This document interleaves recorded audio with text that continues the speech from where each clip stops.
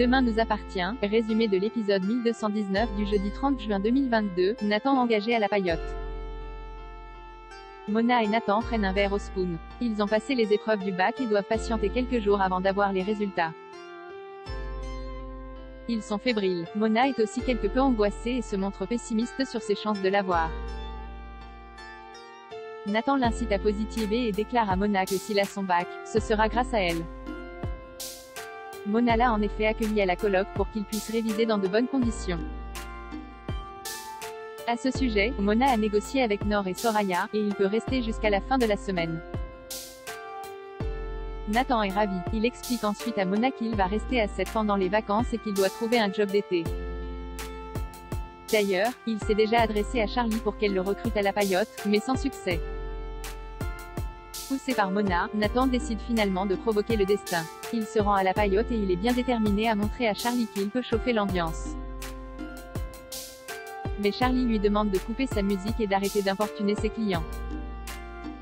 Charlie s'absente pour aller faire les courses. À son retour, elle constate, surprise, que Nathan lui a désobéi. Mais celui-ci a mis de l'ambiance. Les clients dansent sur la plage et consomment pour la plus grande satisfaction de Sylvain. Charlie fait croire à ce dernier que c'est elle qui a eu l'idée d'engager Nathan. Sylvain la félicite et pense qu'elle est faite pour ce métier. Charlie embauche Nathan. Après avoir négocié, il obtient un salaire fixe, 5% sur les boissons et un t-shirt avec le logo de la paillote.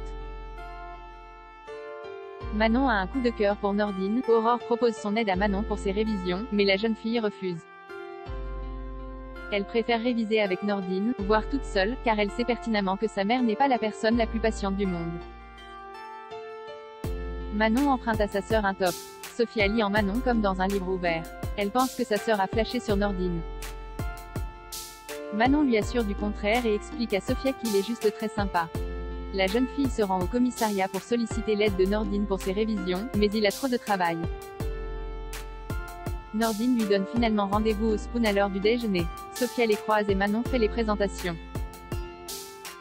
Nordine s'éclipse car il doit retourner au commissariat. Sophia le trouve sympathique et fait croire à sa sœur qu'elle le trouve quelque peu commun.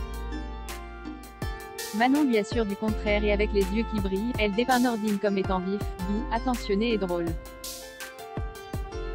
Sophia est convaincue d'avoir vu juste et que Nordine ne laisse pas indifférent sa sœur. Un brin gêné, Manon esquisse un petit sourire, Audrey fait un malaise, à la suite de son agression, Alex souffre de douleur à la nuque.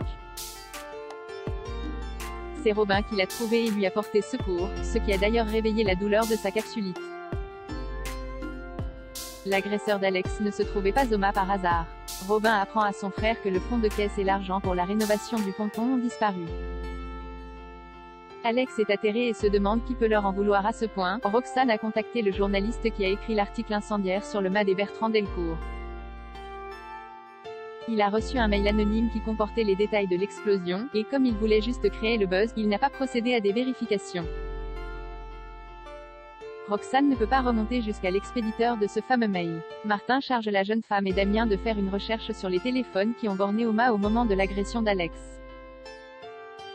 Ils les ont croisés avec le fichier des téléphones qui ont borné le soir de l'inauguration.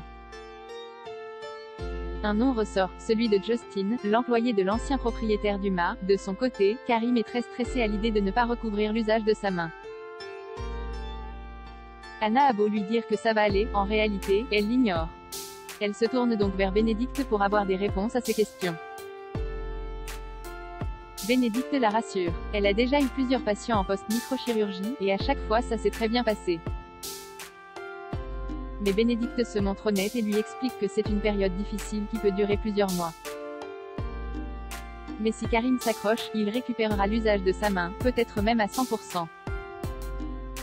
Anna est soulagée. L'arrivée de Robin met fin à leur discussion. Il a rendez-vous avec Bénédicte. Robin est toujours aussi troublé par la compagnie d'Étienne. Au mât, Jordan reçoit un message de Jaya.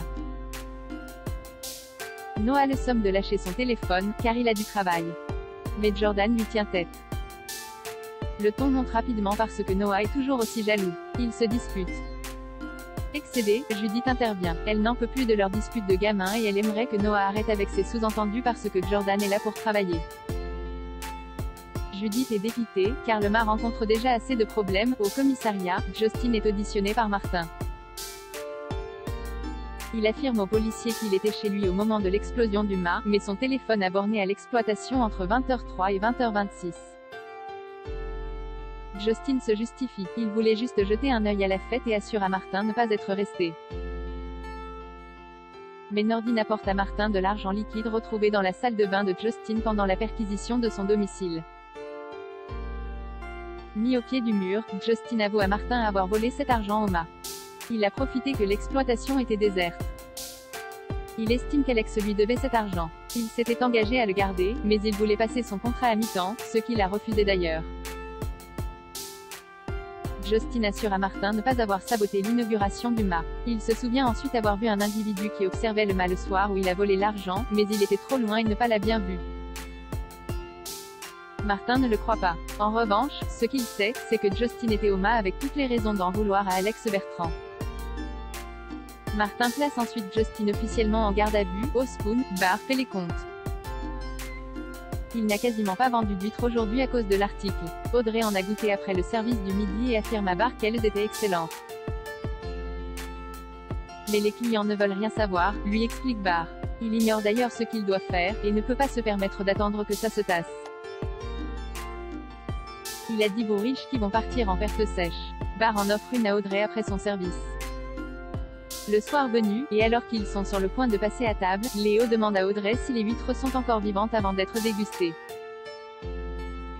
Audrey le lui confirme et lui explique tout en lui faisant une démonstration qu'il faut mettre du citron ou du vinaigre dessus pour les endormir. Quelques secondes après avoir mangé une huître, Audrey fait un malaise. Elle perd connaissance. Damien demande à Jack d'appeler les secours.